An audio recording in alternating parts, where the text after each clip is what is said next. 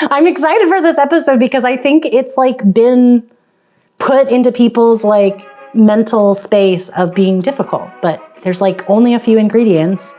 So as long as you know what you're looking for, something tells me we're gonna have a lot of cheesecakes around now.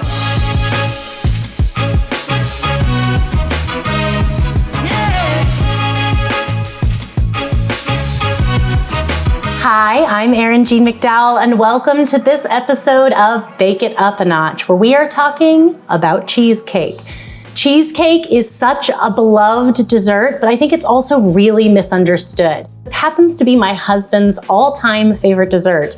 This is what I make for him for his birthdays, special occasions, and honestly, since meeting him is when I have finally had to whip my cheesecake game into shape because I really wanted to impress him. So I'm particularly excited about this episode because we came up with some great recipes that I know he's gonna love, and if he's gonna love them, all you cheesecake lovers are gonna love them too. I wanna kind of break it down into the different types, show you all the equipment, all the techniques you're gonna need to know to start making perfect cheesecakes every single time. But of course, there's also things that can go wrong with cheesecakes. We're gonna show you where those could happen and, when possible, how to fix them. And of course, it's a great canvas for decorating and getting creative with your bakes. So I also wanna talk about all the fun things you can do with all the different types of cheesecake. It's going to be a particularly delicious time. So if this sounds like something you're interested in, be sure to like and subscribe so that you can be made aware of new episodes as they become available every 2 weeks. With that said, let's get baking. Let's talk about the equipment you need to make cheesecake. I say this in almost every episode, but the interesting thing about cheesecake is the actual base requirements are so minimal. Really what you need, in my opinion, is just a springform pan. You can make all different kinds of cheesecakes just using that one piece of equipment. However, there's some other things that I think are worth talking about. So first of all, let's talk about how you mix your cheesecake. I'm gonna dive into this a little bit more later, but most classic cheesecake recipes mix in the electric stand mixer or using an electric hand mixer. You can mix a cheesecake batter by hand, but it can be very difficult to get all the lumps of the cream cheese out. It really requires a pretty significant amount of mixing. The paddle attachment on your electric stand mixer or your electric hand mixer are really going to help make a nice, smooth, lump-free cream cheese mixture. So that is definitely one way to go, is the electric mixer. However, in one of my very first pastry jobs, my pastry chef taught me to make cheesecake using the food processor. And she had two reasons for that I just thought were brilliant. The first reason is you're often using the food processor already to crush the cookies or whatever you're using for the crust of your cheesecake. So if you already have it out and you've already dirtied the bowl, why not just wipe it out and mix your cheesecake in there too? The other reason that she loved it, it was pretty much guaranteed lump-free because the food processor does a really great job of mixing everything uniformly really quickly. I've basically never gone back since. For the purposes of this episode, I included recipes that use both a standard mixer and my favorite, which is the food processor, which is why I wanted to tell you a little bit about it. But when you're out there and you're seeing recipes that are made with an electric mixer and you're wondering, can I make it in the food processor? The answer is almost universally yes. The only thing you'd want to be aware of is for some styles of cheesecake that require aeration of ingredients, like Japanese cheesecake, which has whipped egg whites folded in, it wouldn't be as efficient to use the food processor because it can't create that aeration the same way that the whip attachment on an electric mixer can. Now, the other things you're going to need. I mentioned a springform pan. I like to look for springform pans where the outside ring attaches around the base.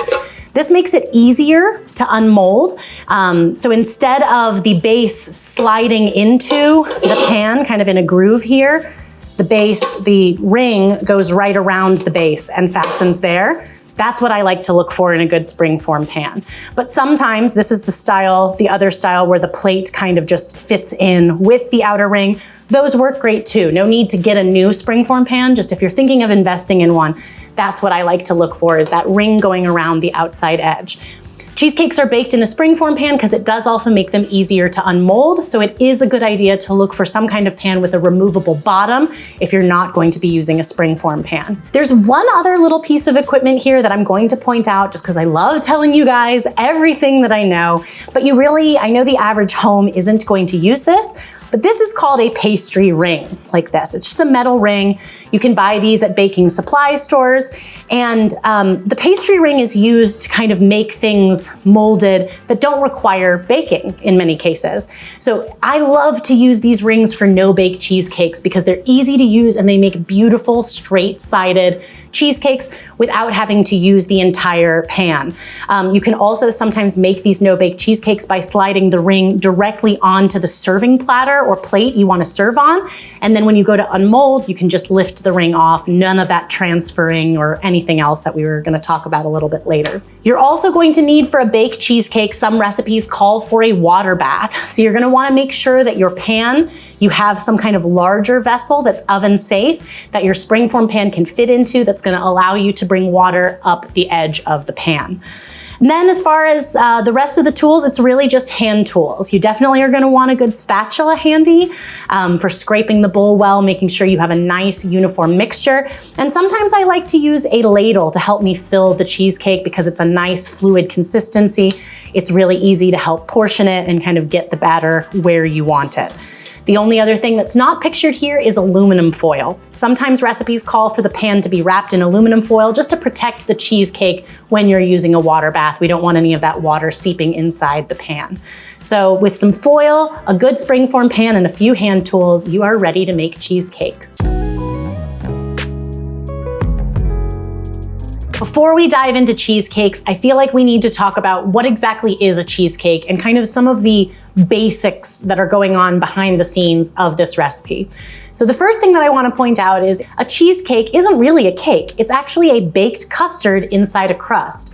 You know what else is a baked custard inside a crust? Pumpkin pie, pecan pie. In this house, we don't call it cheesecake. I typically call it cheese pie. But whatever you call it, we are making a baked custard, which means that it's typically thickened with eggs. The eggs slowly coagulate in the oven, creating this delicious, creamy cream cheese mixture that we love.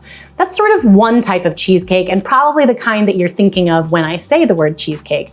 But there are other kinds. Japanese cheesecakes are super cool and kind of their own unique thing. There are sort of two main kinds. I have a recipe on Food 52 for one of the types, which is sort of more like a sponge cake with cream cheese as a base. And it has this really light, airy, sponge-like consistency, but moist. It's delicious. The other style of Japanese cheesecakes, which are super cool and you've probably seen all over the internet, are the cotton-style cheesecakes. These are cheesecakes that often have a really dark top, but have risen far beyond the edge of the springform pan. They're really light, really wiggly. They are just super cool and also have that very light, airy texture when you go to eat them, not as dense as, say, a New York-style cheesecake. And while we're talking about that, let's talk about all the different kinds of cheesecake. We've got New York style cheesecake, which is one of the most classic that I'm aware of. And New York cheesecake, so delicious, creamy, dense, love it.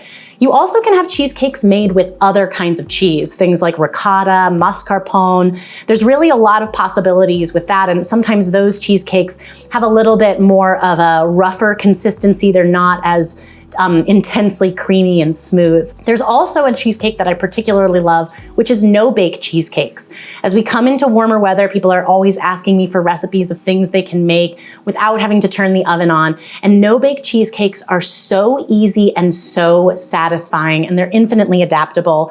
So many possibilities with a no-bake cheesecake. We also have burnt Basque style cheesecake. This is an incredibly delicious cheesecake that's baked at a really high temperature. It causes the cheesecake to still have that nice creamy consistency, but there's no crust on a Basque style cheesecake. It just kind of makes its own crust by baking at that higher temperature, and then the surface browns in this beautiful burnt application that is just so delicious and yummy. So I also love to make cheesecake bars. Cheesecake bars are made more in an 8x8, 9x9, or a 9x13 pan, and they're really easy to make because they often don't require any kind of water bath or anything like that. And then after chilling, they can be cut into bars for a really easy, portable to eat treat. I wanted to make sure to include one of the vegan style cheesecakes, so I did it as a bar because it makes it really nice and easy, and it comes with a nut style crust. So it's actually gluten-free too.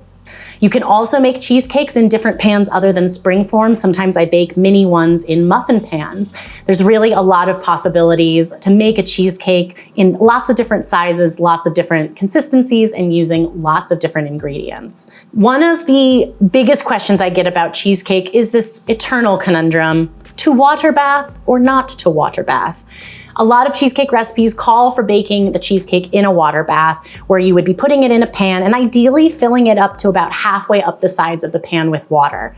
What this does is it cooks the cheesecake more slowly and helps control the heat to keep more of the cake at the same consistency.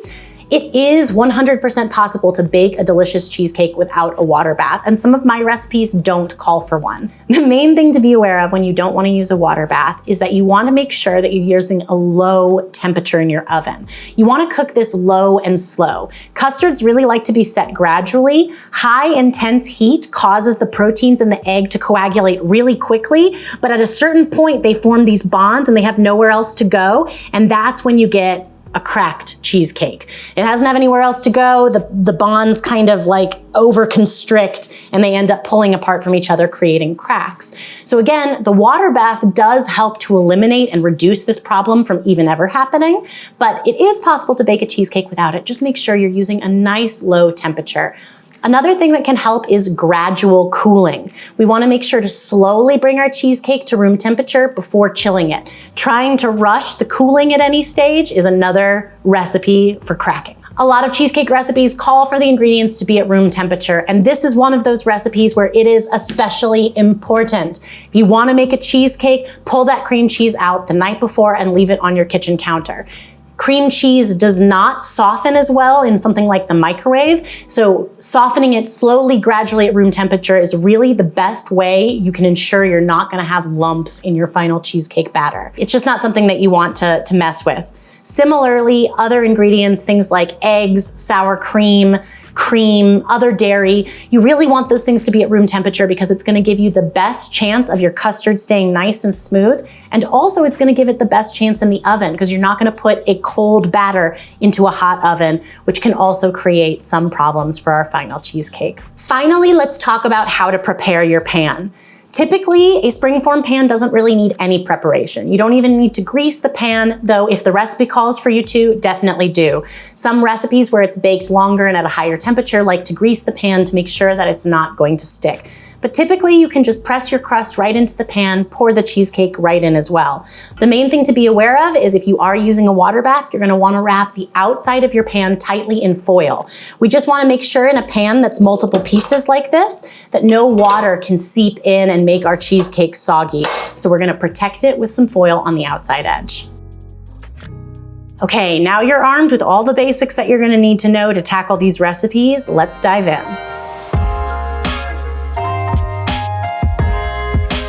Before we can talk about the cheesecake itself, let's talk about the crust. Now, not every style of cheesecake has a crust. It is possible to just bake the custard, but classic cheesecakes usually have a crust in the base and sometimes partially up the sides or fully up the sides of the pan. How much crust you have is completely dependent on your own personal preferences. If you only like it in the base and then you like more of that custard to crust ratio, then just keep it in the base of the pan. But if you like a little bit more crust, you might want to go halfway up the sides or even all the way up the sides to give it a little bit more textural contrast. The most common kind of crust that you're going to see is also the easiest, and that is a cookie crumb crust. The most common that is used is graham crackers. So here I have a graham cracker crumb crust pressed halfway up the sides of the pan. What a graham cracker crust or other cookie crust is just finely ground cracker or cookie crumbs tossed with melted butter. The idea is to use just enough melted butter that when you grip it in your hands and pull apart, that it holds together. That's a good indicator that it's going to hold together again after baking once you filled it also with custard. But I also want to remind people that there are a lot more options for crusts for cheesecake than just a simple crumb or cookie style crust. One of my favorites is to use different cookie doughs like shortbread dough and just make a nice press in crust layer. That's what I have here, and that's what I'm going to do. This is a brown sugar shortbread that I'm going to press into the crust. But there's also other things you can use, things like phyllo dough, pie dough, ground nuts bound with eggs or flax. That's what I use on my vegan cheesecake bars.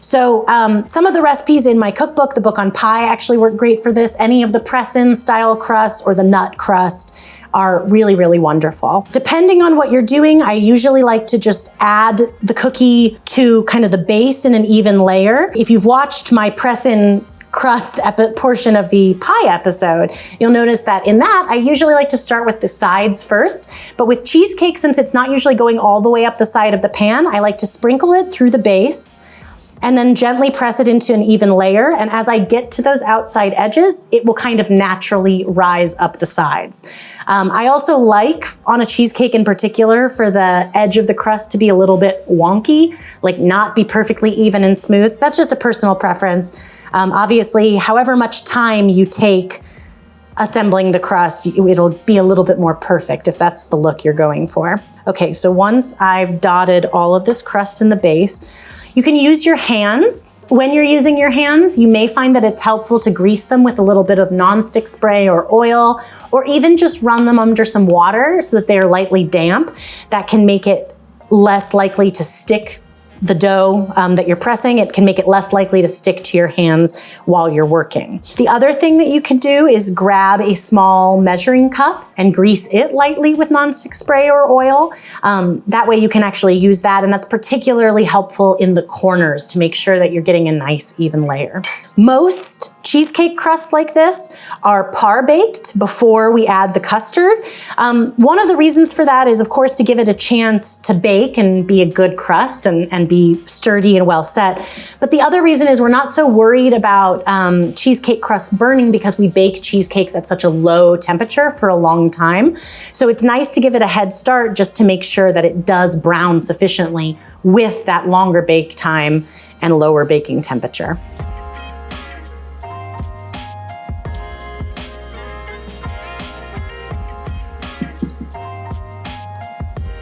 I'm gonna slide this crust into the oven for its par bake. Make sure before you add your custard to it that it has had a chance to cool. Let's get it in the oven, and then we can talk about all things inside the crust, all things cheesecake custard.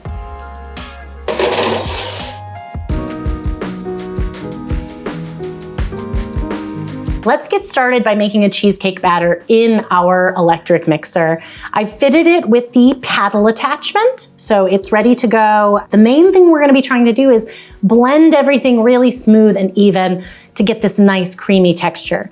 So the first place to start off with that is to put your cream cheese, just a little bit of cream cheese. We're gonna drop our cream cheese into our bowl in the messiest way possible. And we're gonna start mixing that on kind of low or even medium-low speed just for a few minutes to start this process of mixing and lightening the cream cheese before we even add any other ingredients to it. The idea is maybe to remove some of the lumps, get it nice and smooth before we even get started. Once that's mixed, or even while it's mixing, we can mix some of our other ingredients together just to kind of distribute them. We're gonna start with some sugar, granulated sugar. I've done this in some of my other recipes, so I like to just call it out here. I like to sometimes mix other ingredients when you're doing a method like this, which is sort of classified as the blending method. It's really just mixing the ingredients to combine to make a smooth mixture. When I'm doing the blending method, it's nice to mix some of the other dry ingredients in with the granulated sugar. The sugar disperses them. The little granules help ensure that those other ingredients get nice and evenly dispersed. I'm adding a small amount of all-purpose flour to the sugar.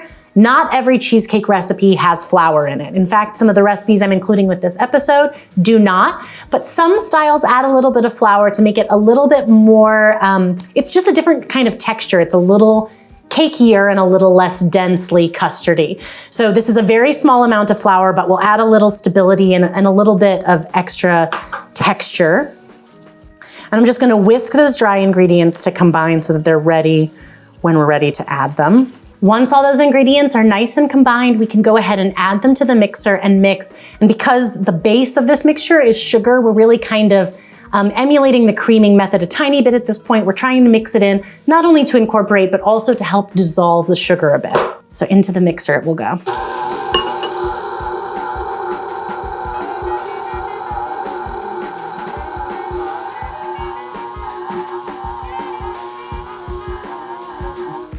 Okay, let's start adding the eggs. Once those dry ingredients are incorporated, we're gonna add the eggs one at a time, giving it a nice good scrape between each addition. And I'm actually gonna start by scraping before I even start adding those eggs. This is one of the most important things you can do with a cheesecake batter is just scrape it a lot. Mix it really carefully and thoughtfully, because that's really the only thing that can kind of go wrong with the mixing is the ingredients not being at the right temperature and not blending evenly together.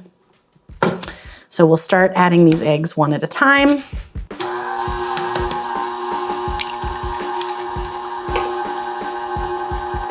We'll mix until this egg gets incorporated, we'll scrape, we'll add the next egg, and we'll keep going like that until it's all incorporated and our batter is nice and smooth.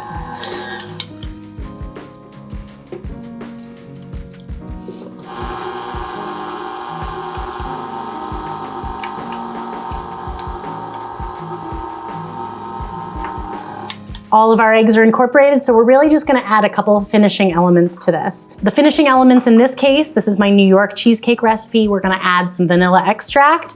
We're gonna add some sour cream, which is gonna give it a nice little bit of tang. We're also gonna add a little bit of heavy cream because I just like how it makes it this really, really rich, final, just so good. I'm getting excited talking about it. Once everything is incorporated, we should have a nice, really smooth batter. Forgive me, I use clean hands to clean the paddle because it's just the easiest way. So much gets stuck on that paddle. Wanna make sure I get a few scrapes all the way down into the bottom, just that everything is combined, but look at that. So thick, so creamy. We've made this incredibly delicious custard. And now we can pour it into our cheesecake crust and it'll be ready to bake.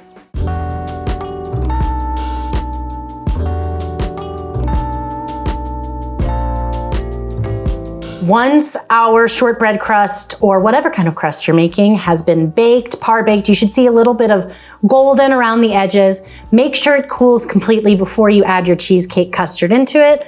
We're just gonna pour it in and make sure it settles in an even layer. Oh, it doesn't get much sexier than that. I mean, hey, if they let me say nipple in the last episode, they might let me say sexy.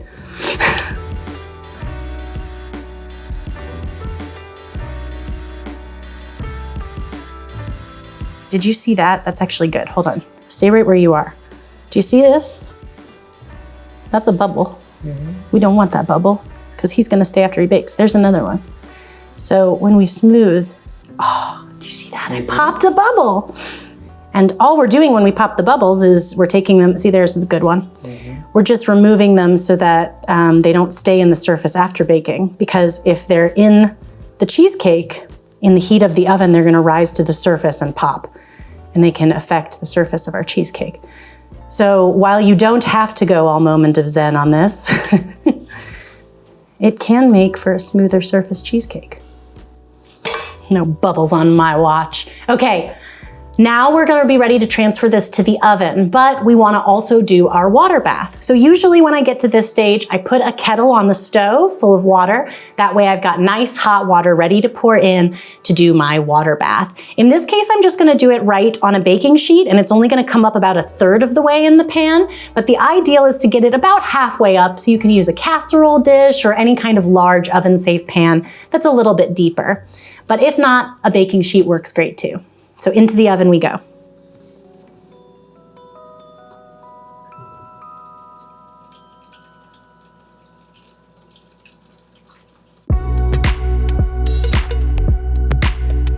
One of the types of cheesecakes that I didn't give enough credit for a long time is no-bake cheesecake. Sometimes when I hear about things like that that are sort of twists or whatever, I'm just convinced it's not gonna be as good as the real thing. But no-bake cheesecake is delicious in its own type of way that's completely different from classic cheesecake. And best of all, because it produces this really light, creamy, refreshing, cold dessert that doesn't require any baking, it is so wonderful for the summer. It's also wonderful if you think cheesecake is a little intimidating because there's no baking, no water bath, nothing to mess with here. So it starts out like all cheesecake recipes. We've got our electric mixer. First, we're gonna have it fitted with the paddle attachment. So like all cheesecake recipes, it's gotta start with beating some of this cream cheese to make sure it's nice and lump-free.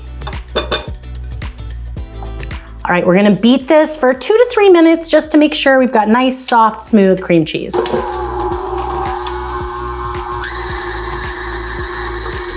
Once we've lightened the cream cheese a little bit, we can add our sugar. And again, we're just kind of incorporating that sugar to combine and dissolve the granulated sugar a little bit. In this particular recipe, we use both granulated sugar and confectioner's or powdered sugar. The powdered sugar is very finely ground and has a little bit of an addition of starch to help prevent it from clumping. That starch is actually really helpful in making sure that this cheesecake sets up in the fridge as well. So we're gonna add both the sugars to our cream cheese.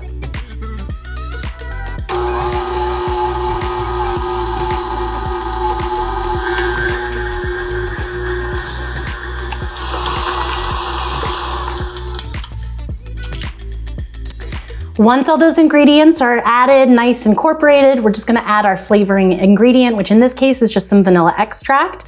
We're also gonna add some melted chocolate to this particular batter later, but for now, we'll just add some vanilla and mix until combined.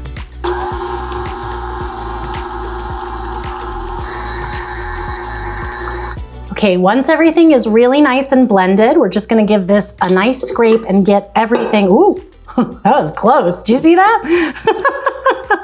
I mentioned earlier that I like cleaning the paddle attachment with my hands, and this is what I mean. Using clean hands, you can just run your fingers right along, and it just scrapes it about as clean as it can get. Now what we need to do is transfer our cream cheese mixture to a mixing bowl. Now, the reason that we're doing this is because I need to use the same mixing bowl here to whip some cream. And why dirty another, bowl in that sense? So we'll just use the same mixing bowl to mix in. If you have a hand mixer, you can also mix your cream in a separate bowl and not have to swap bowls like this. Or you can also whip the cream by hand. Save yourself a little bit of that trouble as well. So our mixer bowl will go back on the mixer here. And we'll save this for now. I'm gonna grab my heavy cream. I've kept it in the fridge until right now because it needs to be nice and cold so it whips up. But first, let's add the whip attachment to our mixer. This is how no-bake cheesecake works. We're gonna now add whipped cream, folding that into our cream cheese base. And what's going to happen is as that mixture sits in the refrigerator overnight, it's going to lose some of the moisture from the whipped cream. And it's going to end up setting to be firm enough to slice thanks to that whipped cream. Whipped cream is amazing. Let's go get it and make it. I've got my cold, heavy cream. I'm just gonna pour it into the mixer bowl, and now the mixer is fitted with the whip or whisk attachment. And we're gonna start whipping this on kind of medium speed until the mixture reaches medium peaks. We don't want it to be too stiff because that can make it harder to incorporate with the cream cheese. We wanna keep it nice and fluffy and soft. I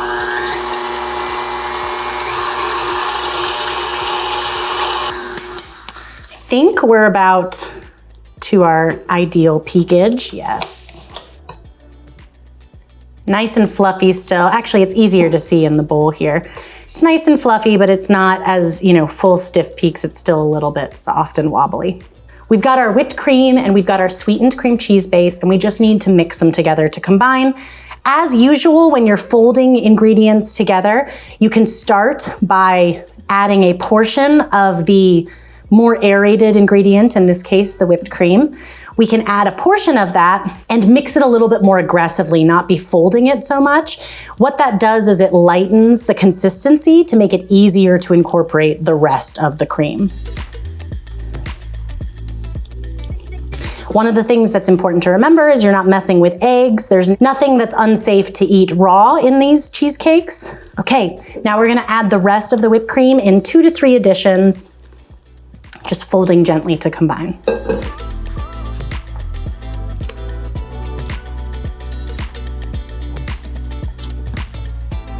So once these ingredients are combined and nice and smooth, it'll be kind of a fluffy mixture.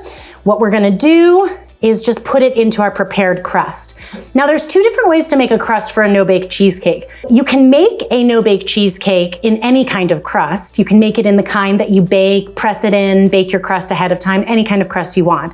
But since the whole point of this is that we're not gonna have to bake the filling, it's also great to use a no-bake method for the crust. And the no-bake method is my frozen crumb crust method. For this, you're gonna toss the cookie crumbs with the butter just as you would if you were going to bake it. After you press it into the pan, you'll put it into the freezer and set it until firm. I've got one right here. So it gets nice and firm inside the freezer, and we need it to be firm before we add the cheesecake batter so that that crust stays in place and kind of behaves when we're starting to add the filling on top of it. Remember, if you're gonna do the frozen crust method, it has to be done with a cookie crumb crust. So a graham cracker crust or one made with chocolate cookies, vanilla wafer cookies, anything in that vein is going to work for this because you don't need to worry about baking it again. The cookies are already baked and you're just combining them with butter. All right, so I've got my crumb crust here. Just gonna go ahead and add my no-bake cheesecake into it and spread it into an even, smooth layer.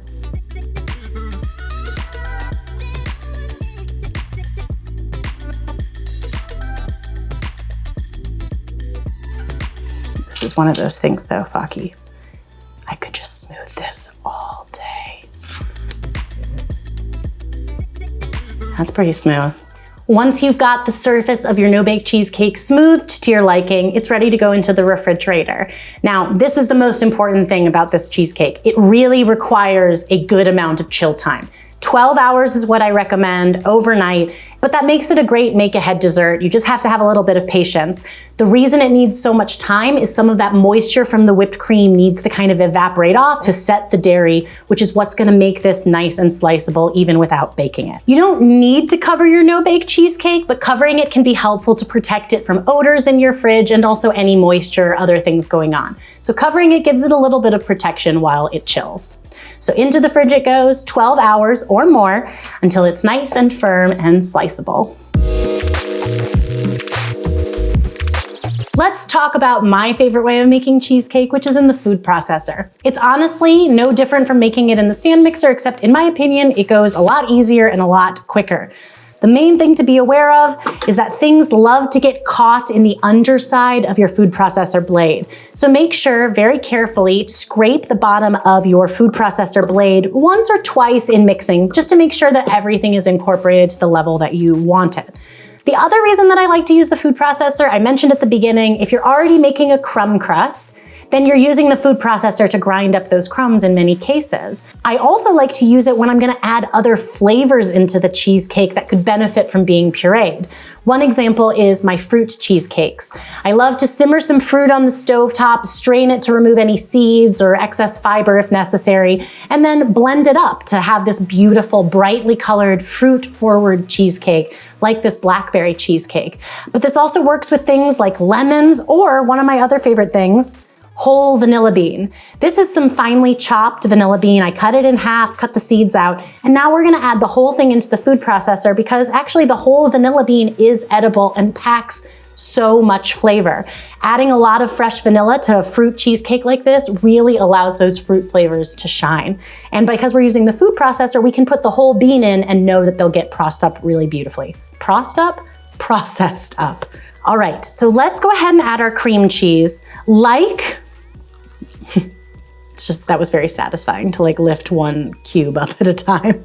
Like when we're making it in the mixer, we want to process it for a little bit on its own, but unlike the mixer, it doesn't need 2 or 3 minutes. It really just needs like 30 seconds to kind of break up that cream cheese and start to get it a little bit smooth.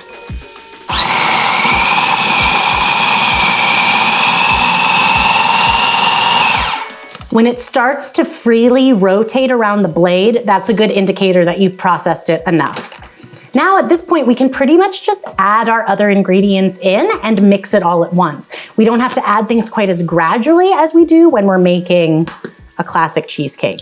If you have a smaller food processor, you might want to add things a little bit more gradually.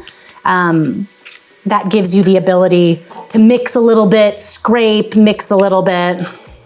But that's really one of the reasons I like the food processor. It's just incredibly efficient for getting everything mixed. So we've got our eggs, we've got some granulated sugar, we have some sour cream, a little bit of lemon juice, and then this is our blackberry puree that we made. We also pureed this in the food processor. Normally I wouldn't even scrape out or clean the bowl, but we're doing fancy video for y'all today, so you've got a clean mixer bowl now. And finally, we can add our vanilla bean seeds and our whole pieces of vanilla bean. Okay, we're gonna process this up until it's totally smooth, and it's gonna take a couple of scrapes in the process to get it all even too. Let's give it a scrape.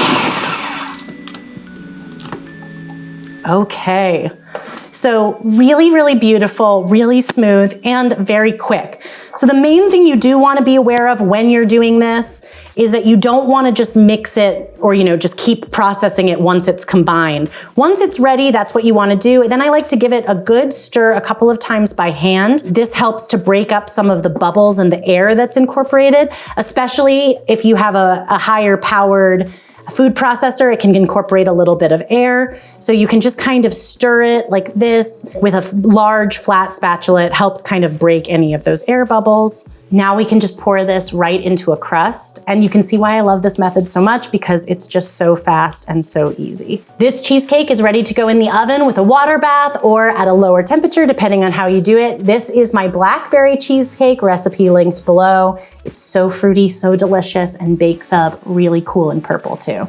Gotta love the food processor.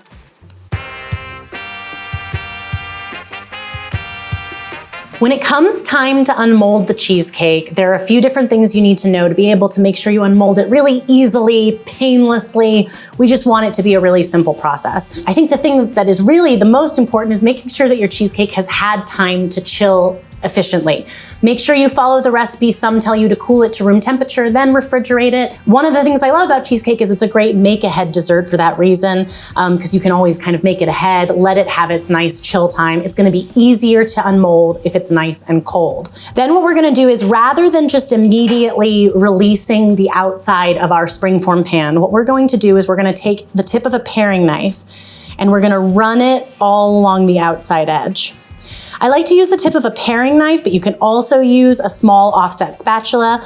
But I just like how a knife makes kind of the easiest, smoothest release. You don't need to push this all the way down to the base. I just tend to find that right at the top, where the cheesecake has browned a little bit at the edge, that's one of the places where it can get the most stuck to the pan. So by gently loosening just that portion, and you can see the tip is only really going in, like, what is that? Maybe a ½ an inch into the cheesecake. So I'm not going all the way down. And one of the reasons I'm not doing that is to help keep the sides a little bit smoother. Once we've released it a little bit at the edge all the way around, we're going to go ahead and unmold our springform ring. So to do that, you're just going to unhinge it. And what I like to do when I unhinge it, you're gonna see, actually, this is perfect. It's releasing more from one side than the other. That is something that's very normal. Typically what happens is, in the area where you attach the springform clamp, it's going to release a little bit easier there. So one thing that you can do is just literally then push the ring away from that section to help release it from the rest of the cheesecake. And as you can see, it's nice and released. We're just gonna pull the ring off, and our cheesecake is beautiful and unmolded. Now, really that's the easy part, because the scary part is how do you get it off of this bottom piece. So the first thing I'm gonna do is I'm just gonna take a small offset spatula and I'm going to just gently run it around the base here. I'm actually doing this upside down so that I can kind of press with the spatula, flex it to go where I want. And one of the things that I think people don't realize is that if it's properly baked and properly chilled, a cheesecake is actually really, really, really sturdy. It wants to stay together. The custard is going to keep the crumb crust bound and all together. So typically, if it's well chilled enough, you can slide a larger spatula, like this one, underneath, and actually just lift it right off the base, like that. Oh my gosh, look. So sturdy. Another thing that I like to do if it is stuck or if you're nervous about it is these are really handy. These are really big, flexible spatulas that are meant to be able to be used under the entire cake. So we can just slide it under like that and lift it right off, and it's much easier to transport and kind of move around. So if you don't have this, I just wanted to show it with a regular spatula first to show that it absolutely can be done. But this is one of those baking secret weapons that I think a lot of people should know about. I honestly use this big, giant, flexible spatula all the time. So, you know, it's not cheating, it's just helpful. It helps you stay underneath the whole thing, and we gotta love that. So you can definitely do it with a big spatula. You just wanna make sure that you loosen it from the outside edge, then make sure you run under the whole thing to release. Remember, a properly baked cheesecake actually should be very easy to unmold. Unmolding a no-bake cheesecake is a little bit different because it's stuck to the pan a little bit differently than a regular baked cheesecake would be. One thing I also want to mention at this point, now that we're unmolding this, is I did use my cake rings to make these no-bake cheesecakes, but you can also just use the outer ring of a springform pan to make these, and that makes it really easy too because you can lift it away in this same way. So what I'm gonna do, getting out my trusty torch as per usual, I'm just gonna hit this with a little bit of heat from the torch. What that's gonna do is, because it's chilled, it's going to just gently melt some of the edge pieces, making it easy to slide the ring off. Or if you were using a classic springform pan, you would unhinge the ring on the outer ring and lift it off. You don't need to use very much heat because this isn't frozen, it's just chilled. The other thing is, if you don't have a torch, first of all, get one, they're great. But if you don't have a torch, you can also do this by warming a clean kitchen towel under some really nice hot water, wrapping it around for just a few moments, then unwrapping it, and it should kind of do the same thing.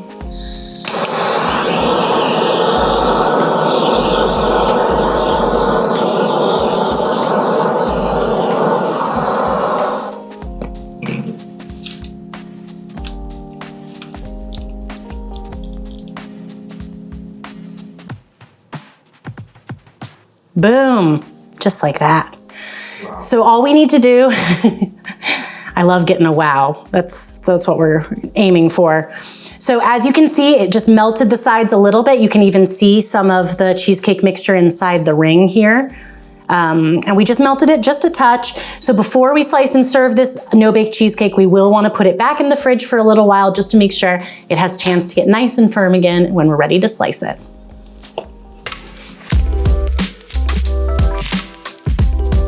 Baking cheesecakes and determining the doneness is one of the trickier parts about it. What you're looking for is this classic jiggle that everybody talks about. But what do we mean by the jiggle? Again, remember that what's happening is that the eggs are slowly coagulating and things bake from the outside inward. Cheesecakes, because they are so thick and dense and creamy and they're quite deep typically, they take a very long time to cool. So what we want to do is make sure that we allow for some carryover cooking. We don't want to take it out once it's completely set all the way through, or it's likely to crack as it cools. So what we're looking for is for the outside of the cheesecake, probably this much. The outer, what is that, 2.5 inches maybe? The outer 2 to 2.5 inches all the way around should appear set. When you jiggle and shake your sheet pan, they should not move. But the center should still be quite soft, not quite fluid or liquid, but you know, it should freely move when you gently shake the pan. That's a good sign that the outside is set, and by the time this cheesecake finishes cooling, it's going to be set all the way into the center. I also can attest that it is much better to slightly underbake a cheesecake. It makes it very creamy and smooth, so custardy and good, than it is to overbake it, which can make it a little bit tougher and crumblier, a little bit less of that creamy texture we all love so much. The other thing that is really, really, really important with cheesecakes is to let them cool gradually. Some recipes will call for this by having you leave the oven door open. Sometimes, stuffing a towel or an oven mitt to kind of leave the door cracked. Other times opening the oven door completely. This allows some of the heat to escape gradually while also gradually reducing the temperature of the cheesecake itself. Then you can take the cheesecake out and allow it to cool completely to room temperature before you try to toss it in that fridge. This is really, really important. It means it's going to have the smoothest overall result for the final cheesecake, and it's also going to maintain the integrity of that texture that we've worked so hard to achieve. So just remember, be patient. If you want to make a cheesecake for something, this is one of the great things about it. You can make it ahead. So make it ahead where you can have the time to really go through it slowly and then reap the rewards, the creamy, delicious, just baked perfectly rewards later. There are lots of fun ways to decorate and dress up a cheesecake, and I think that people get so excited by the cheesecake themselves that they don't always think of those finishing components. But my favorite part about cheesecakes is that the finishing components are usually things that both look really good and taste super good. So the first thing I want to talk about are pre-bake finishes. One of the things that you can do is kind of apply a swirl to your cheesecake before baking. Sometimes cheesecake recipes even have you take out part of the batter and mix in an ingredient like pumpkin or chocolate or something that will tint that batter. You can save some of it as white and swirl the two batters together. That's really beautiful. But another thing that you can do is just add an ingredient like a fruit puree or kind of a cooked out jam or melted chocolate right to your cheesecake. And I would just usually kind of spoon it over like this, all random like, and then use the tip of a paring knife to just gently swirl it into the cheesecake and create this nice swirly effect. The same thing works in no-bake cheesecakes. You can apply, even though they don't get baked, you can just apply that before the cheesecake sets. Remember, I'm kind of going for a pretty intense swirl in this case, really letting the chocolate take over.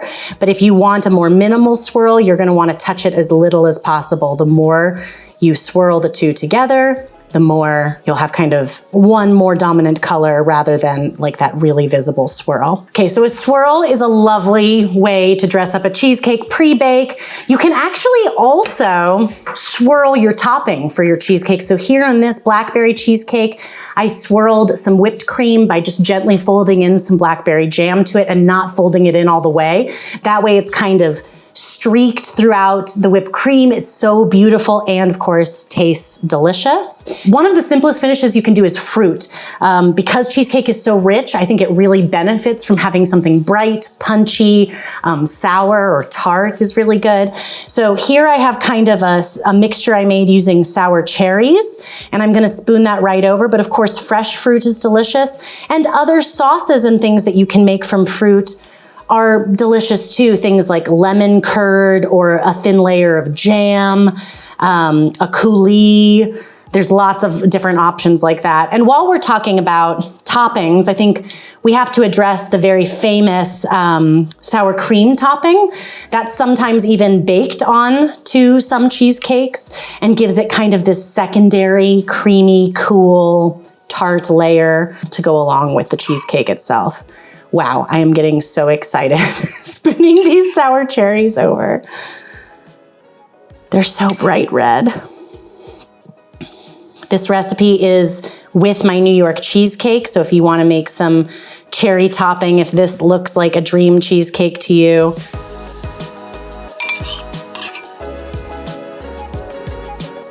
Let's talk about whipped cream, really my favorite thing in the world. Any kind of topping is great to put on your cheesecakes. Here I have these mini no-bake cheesecakes. And one of the things I want to remind you with a topping is not only is it delicious, but it can also kind of cover up mistakes. And it's also a great way to kind of, get creative, add a little bit of flair. So I've got my whipped cream in a piping bag fitted with a star tip. And I'm just going to give little rosettes on these cheesecakes.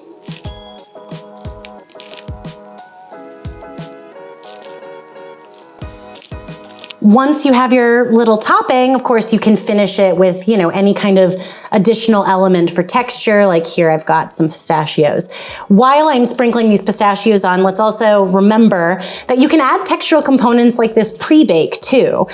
You could sprinkle some finely chopped nuts or coarsely crumbled cookies, something right into the surface of your cheesecake to help give it a little bit of texture and this cool surface as well. It's really lovely, and also because the cheesecake is so smooth, I really personally love adding a little bit of extra texture. It's just kind of a nice surprise. So there are just so many ways to get creative with your cheesecake finishes, and also ways that can help make them even more exciting to eat, fun to present. Maybe you want to make somebody a birthday cheesecake instead of a classic birthday cake. So many options. Get creative and be sure. I want to know what ideas you have for topping your cheesecakes too. Okay, so mistakes can definitely happen with cheesecake, and it actually is something that I always thought was pretty difficult. I struggled for a long time to kind of find that sweet spot of exactly the right texture that I wanted, the right temperature to bake at, using a water bath, all of those things. So we've talked already about how to avoid a lot of these problems, but let's see these mistakes kind of in real life. The first mistake is one that's actually quite hard to see, but you can experience it when you're eating it. That's lumps in the cheesecake. Cream cheese just really naturally likes to lump up and stay clumpy, so it's really just about proper mixing like we showed, mixing enough that you really can mix out all of those lumps, even maybe before you add other ingredients, and get it just really nice and smooth. The other thing that can happen sometimes with a cheesecake is that the sides of the cheesecake will rise more than the center of the cheesecake. This sometimes happens when the oven temperature isn't quite right, or when you don't use a water bath. Again, what happens as the eggs are setting the cheesecake batter, they sort of allow the cheesecake to souffle up. If you're baking in a really uniform environment, it should kind of rise up a little bit uniformly, or it should stay nice and flat kind of right where it is.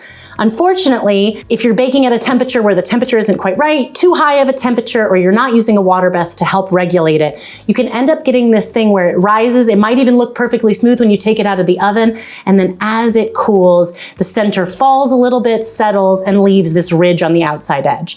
This is actually the burnt Basque style cheesecake that this happened on, and in this particular recipe, it actually happens intentionally. We want the cake to souffle up with the intention of it falling and collapsing a little bit post-bake. So it did happen perfectly on this cheesecake. That's also why this cheesecake is so dark.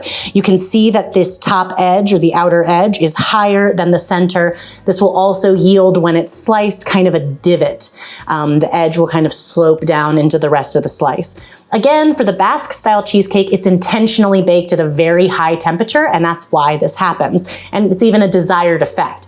Not so much a desired effect on some other styles of cheesecake like New York or classic cheesecakes. So just remember, keep that oven temperature regulated, keep an oven thermometer in your oven, and use a water bath when the recipe calls for one. Don't be tempted to skimp it.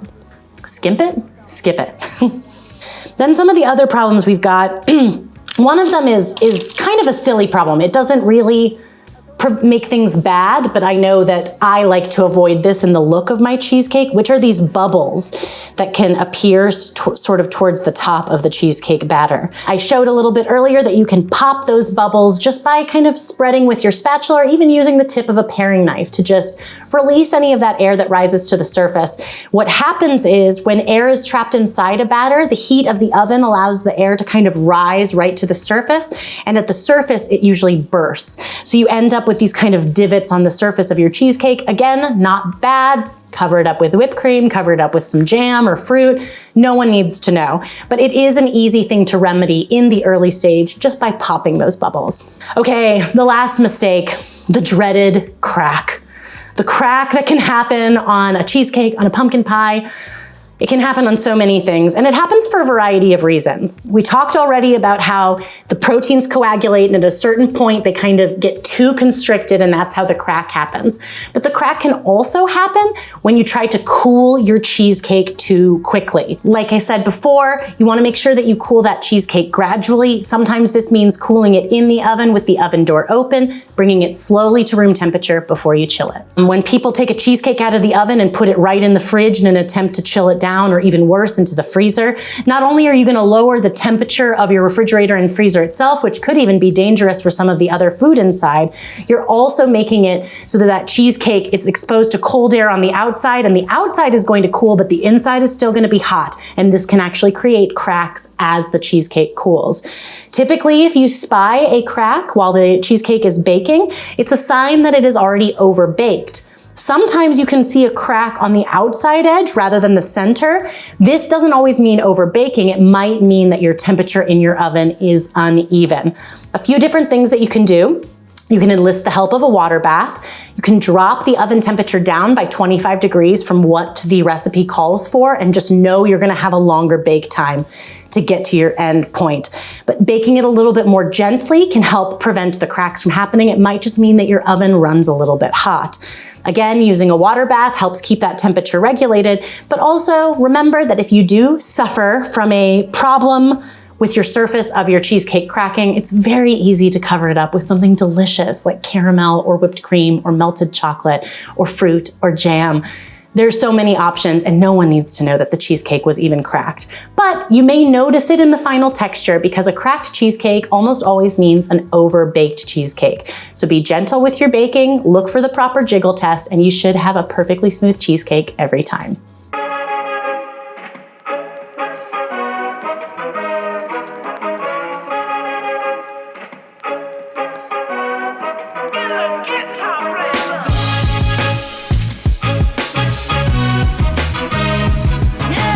Thank you so much for joining me for this episode of Bake It Up a Notch, where we talked all things cheesecake.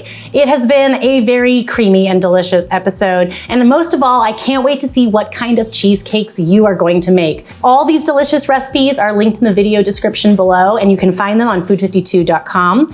And I also want to see what you're baking, so if you have any creative ideas, make any of these recipes or your own cheesecakes, be sure to tag me at McDowell on Instagram, or tag Food52 and use hashtag Bake It Up a Notch.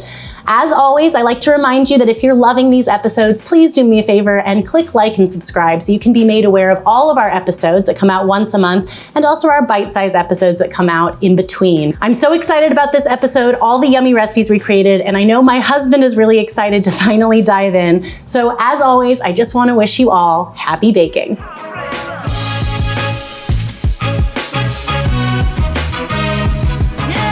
Cookie crumb crust, cookie crumb crust, cookie crumb crust, cookie crumb crust.